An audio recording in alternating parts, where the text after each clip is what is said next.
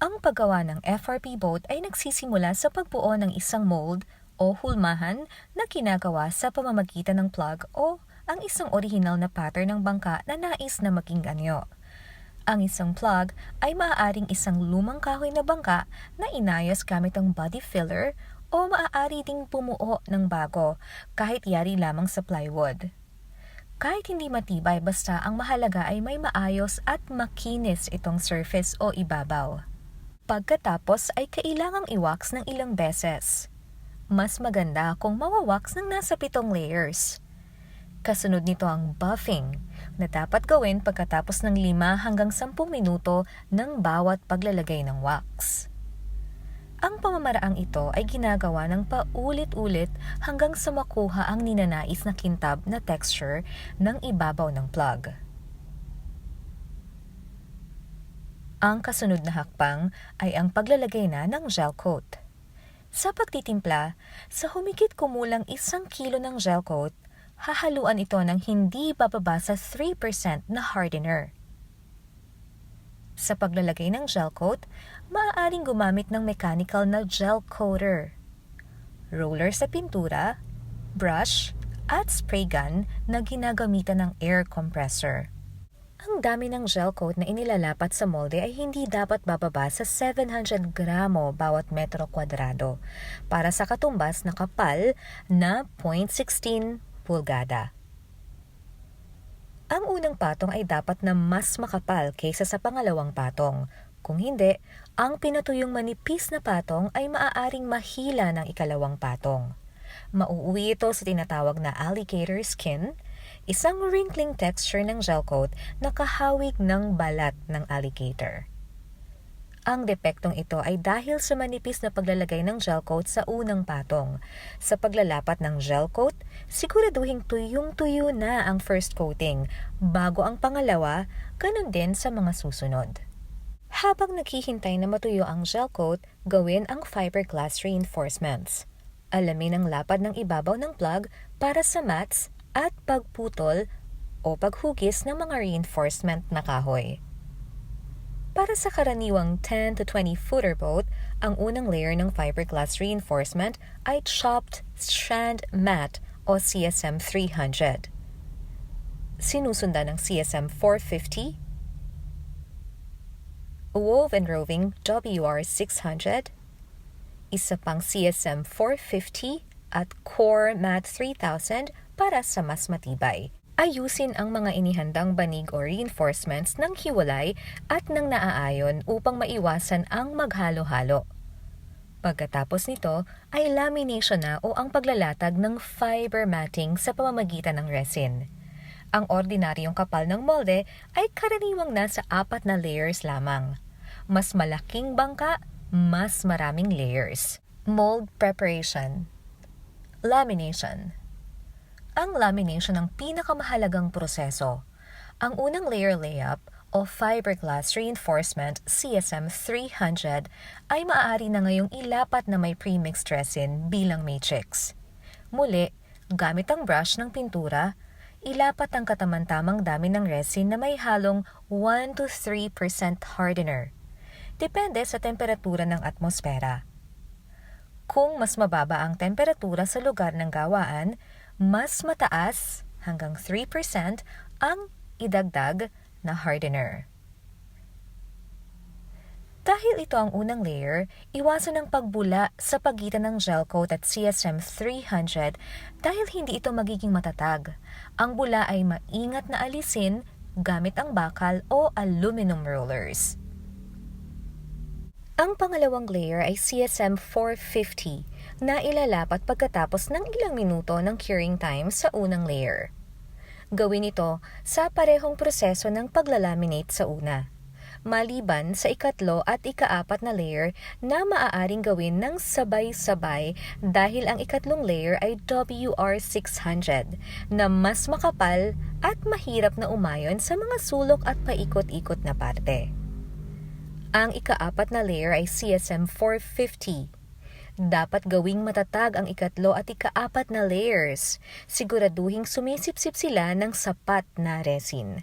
At kapag natuyo na ang mga nakausli at hindi pantay na ibabaw at gilid, ay dapat putulin o ayusin gamit ang sanding disc sa electric grinder o sandpaper number 36 o 3060. Pag-install ng mga stiffener at stringers. Bago ang paghihiwalay ng molde mula sa plug bolt, ang mga panlabas na stiffener at stringer ay dapat i-install gamit ang makapal na karton o styrofoam sinusuportahan ng 2-layer na CSM 450 fiberglass mat. Ang mga stiffener at S-stringer ay siyang magbibigay ng suporta sa hull ng molde para mapanatili ang nais na anyo ng molde. Ang karaniwang ginagamit para sa mold stiffener ay cardboard tube na nakakabit sa labas gamit ang body filler. 2 layer ng CSM 450 ang nakalaminate para ipapermanente ang mga stiffener. Ganon din ang vertical stringer support na nagtutugtong sa 2 mahabang parallel stiffener. Ating tandaan na ang pagpapatuyo o curing ay nakadepende sa dami ng cobalt na inilagay sa resin. Kapag nais na mabilis na matuyo, higit sa 3% na dami ang ilagay. Mold plug separation. Ang ginawang molde ng FRP ay inihihiwalay sa plug bolt matapos ang magdamag na curing o pagpapatuyo. Ang paghihiwalay ng molde ay ginagawa gamit ang rubber mallet at plastic demolding wedges. Kung walang plastic demolding wedges, maaaring gumamit ng improvised wooden wedges. Upang makuha ang molde mula sa plug, ito ay dahan-dahang pinupukpok gamit ang rubber mallet lalo na sa mga sulok, upang paghiwa-hiwalayin ito mula sa plug. Sa sandaling makita na ang konting agwat sa pagitan ng plug at molde, ang mga demolding wedge ay ipasok upang paghiwalayin ang plug mula sa molde. Para maiwasan ang kahirapan sa paghihiwalay ng molde mula sa plug, ang paglalagay ng wax ay dapat gawin paulit-ulit. Repairs and body filling. Ang mga hindi pantay sa ibabaw ng repairs and body filling.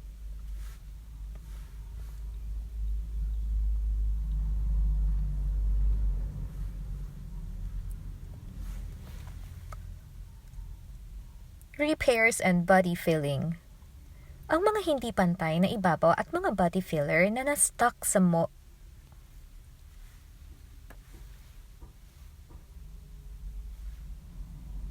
repairs at body filling.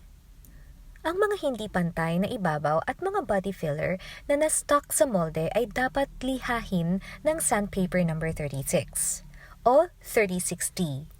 Siguraduhin na pantay o balanse ang itsura nito. Pagkatapos ma-level, ang sandpaper number 120, 220, 400 at 1,000 ang ginagamit upang higit pang pakinisin ang mga naayos na bahagi.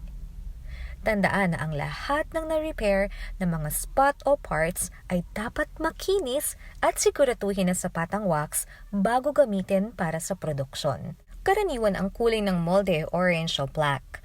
Dapat tandaan na sa paggawa ng bangka na puti ang kulay, dapat maging maingat sa measurement ng hardener. Ang hindi kaparehong sukat ng hardener sa una, pangalawa o sa mga susunod na timpla ay makakaapekto sa kulay nito. Paghahanda ng FRP boat mold. Ang unang hakbang sa paggawa ng bangka ng FRP ay ang paghahanda ng molde. Dapat, ito ay nakapwesto sa tuwid na posisyon at malinis ang loob kung saan gagawin ang lamination at waxing. Ang paglilinis ng inner hull ay ginagawa gamit ang tuyong malinis na tela. Saka ang paglalagay ng release agent o wax ng paulit-ulit. Kung maaari ay hanggang makapitong beses. Lalo na sa mga sulok at masikip na lugar upang maiwasan ang pagdidikit ng laminated mats sa molde. Ang pag-wax ng amag ay parang floor waxing. Walang karaniwang stroke o direksyon. Basta't sakop nito ang lahat ng surface na lalapatan ng mats.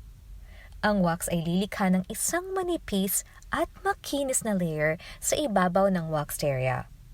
Ang labis at hindi kailangang wax ay dapat i-buff o i-wax off gamit ang malinis na basahan. Paghahanda ng mga reinforcement.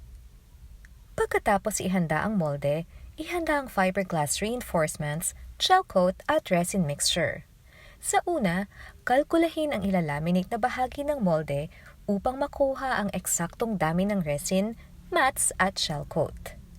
Gamitin ang haba at taas ng FRP boat mold para kalkulahin ang area.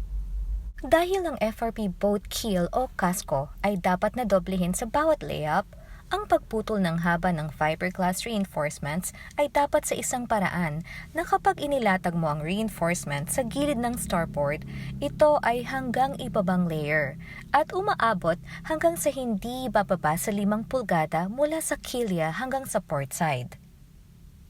Upang makumpleto ang layer, ang parehong laki at uri ng reinforcement ay ilalagay din sa kanang bahagi ng katawan ng barko na magkakapatong sa ilalim na lugar na umaabot ng hindi bababa sa 5 pulgada sa magkabilang area. Sa 30 to 40 footer FRP boat, 4 na layers ang lamination. Pagka-apply ng gel coat, sunod na ang CSM 300, CSM 450, WR600, CSM 450, isa pang CSM 450, saka ang stiffeners, CSM 450, CSM 450 ulit, at saka ang gel coat. Lalabas na sa magkabilang gilid ng bangka ay 4 na layers at sa keel o ilalim naman ay 8. Paghahanda at paglalapat ng gel coat. Ang aplikasyon ng gel coat para sa FRP boat fabrication ay ginagawa katulad ng paggawa ng molde. Ang lahat na makinis na ibabaw ay dapat sakop ng gel coat. Hindi bababa sa 1 to 3% ng hardener para sa bawat kilo ng resin ang ihahalo sa gel coat depende sa kondisyon ng panahon. Paghahanda at paglalagay ng resin. Sa paghahanda ng resin mixture, pinapayuhan na bumili ng produktong pre-mixed resin upang makatipid ng oras sa paghahalo. Ang produkto ay dapat ding thixotropic upang ang resin ay hindi lumubog o mag-slide pababa dahil sa gravity. Ang mga non-thixotropic resin formula minsan ay idinaragdag na may 2% na non-sag powder upang maiwasang dumudulas ang hanggang sa kilya. Pwede din naman na ang premixed resin ay haluan ng kaunting styrene monomer kapag masyadong malapot ang resin. Sa bawat litro ng resin, 20 mililitro na styrene monomer.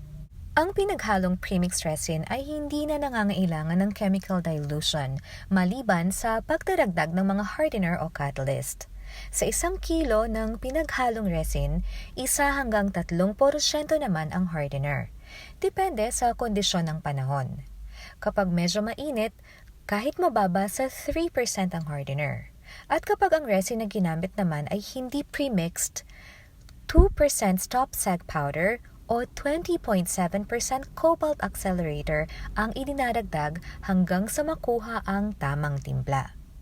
Sa kabilang banda, kapag ang resin ay masyadong malapot, ang styrene monomer naman ay idinaragdag upang madaling ilapat. FRP boat fabrication process. Lamination. Katulad lamang ito ng proseso sa paggawa ng molde sa plug. Pagkatapos matuyo ng gel coat, ang proseso ng laminating o laying up ng fiberglass reinforcements ang kasunod. Ang unang layer ng reinforcement ay CSM 300. Ang ganitong uri ng reinforcement ay ginagamit bilang unang layer dahil hindi gaanong siksik at mas pino ang texture kumpara sa CSM 450 na mas makapal.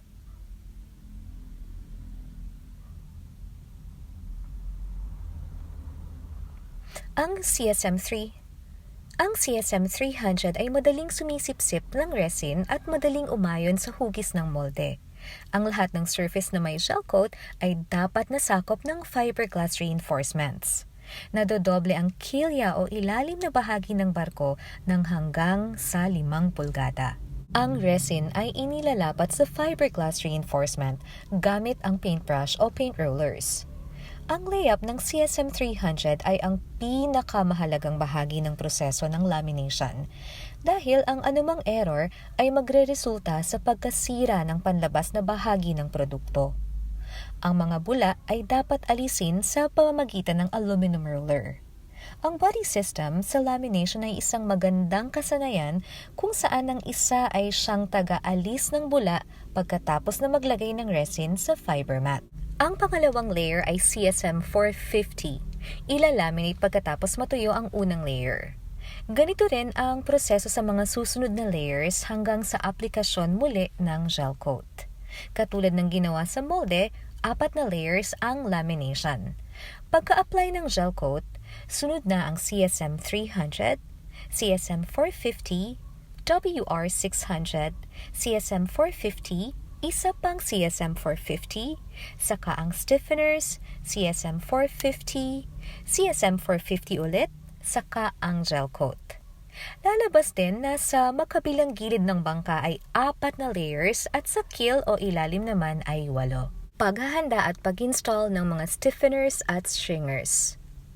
Pagkatapos ng magdamag na curing, maaari nang alisin ang bangka sa hulmahan.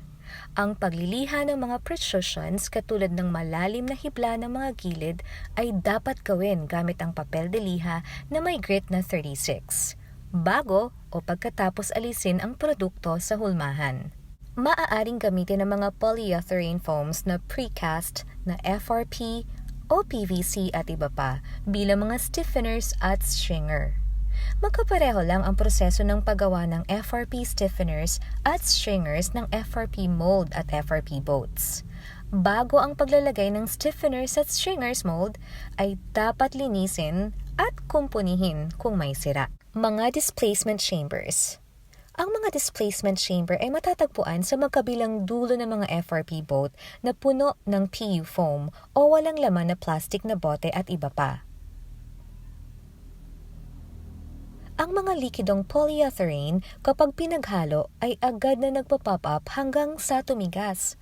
Ginagamit ang mga likidong PU o polyurethane upang ang lahat ng espasyo sa loob ng silid ay mapuno. Hindi bababa sa 3 layers ng CSM 450 ang pagbuo sa mga displacement chamber o compartment.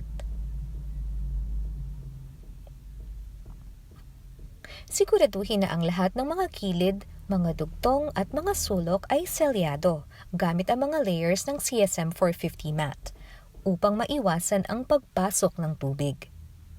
Kapag tapos na ang FRP boat, ulitin ko yung part na yun. Kapag tapos na ang FRP boat, ang huling gagawin ay ang mounting ng engine na maaaring inboard o outboard engine. Mga depekto, pinsala, pag-aayos at maintenance.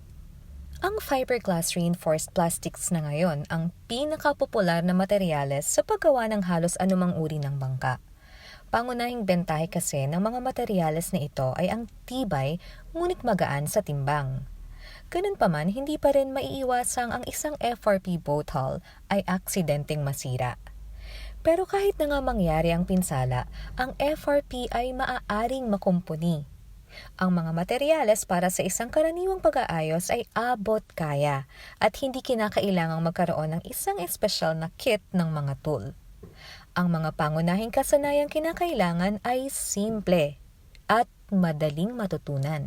Mga uri ng sira at depekto. Wrinkling o alligatoring. Ang depektong ito ay isang gel coat fault na dulot ng hindi sapat na catalyst sa gel coat, manipis na paglalagay ng gel coat at backup na layer na inilapat ng masyadong maaga.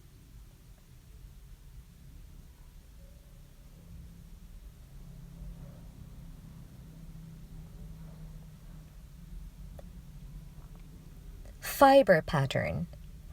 Ang depektong ito ay resulta ng manipis na paglalagay ng gel coat at high exotherm dahil sa bulk. Fiber pattern. Ang depektong ito ay resulta ng manipis na paglalagay ng gel coat at high exotherm dahil sa bulk curing. Star crazing. Isang depekto na dulot ng makapal na paglalagay ng gel coat. Crack pattern na buhat mula sa molde at reverse impact. Blisters. Isang depekto na dulot ng mabilis na pagpapatuyo ng gel coat at moisture contamination. Mga pinsala. Ang mga pinsala sa bangka ay nakasalalay sa uri ng aksidente. Maaaring ang mga ito ay may mga maliliit na bali ng hairline ng gel coat, matinding graze na dulot ng abrasion, o mga gasgas ng matalim na bagay o butas na nagresulta mula sa impact fracture. Hairline fracture. Mga pitak sa ibabaw ng gel coat at hindi tumatagos sa laminate. Grazes. Resulta ng abrasion na pagkuskos sa gel coat at paglutang ng fiberglass reinforced laminate sa ilalim. Impact fracture. Sanhi ng isang mahinang impact. Sa kasong ito, ang laminate mismo ang nasira, bagaman at hindi naman ito ganap na tagos. Puncture. Ito ay sanhi ng mas malakas na impact mula sa isang matulis na bagay at sa kasong ito ay may isang tiyak na butas hanggang sa laminate. Repairs and maintenance. Ang bawat uri ng pinsala ay nangangailangan ng ibang pamamaraan ng pagkukumpuni. Una, alisin ang anumang sagabal na tumatakip sa sira. Pangalawa, palakihin ang bali ng hairline na V-shaped groove. Maaaring gumamit ng pait o kikil. Ang uka ay dapat mapalalim upang makapasok ang gel coat at makita ang main fiberglass reinforced plastics laminate sa ilalim.